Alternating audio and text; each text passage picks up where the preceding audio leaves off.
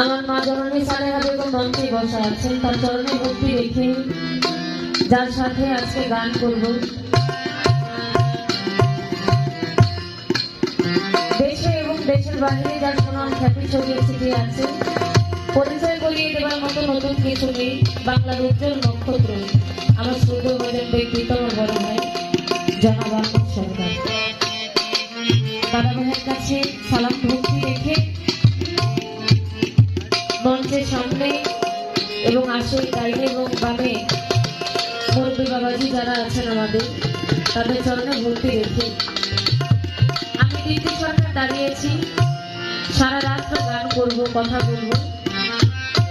আমার অনেক অভাব বাবা, হয়তো আমার গানের কথায় ভাষায় সুরের সঙ্গে অনেক ভুল তৈরি হয়ে যেতে পারে। সকলে নিজ গুণে ক্ষমা মার্জনা করবেন। সকলের কাছে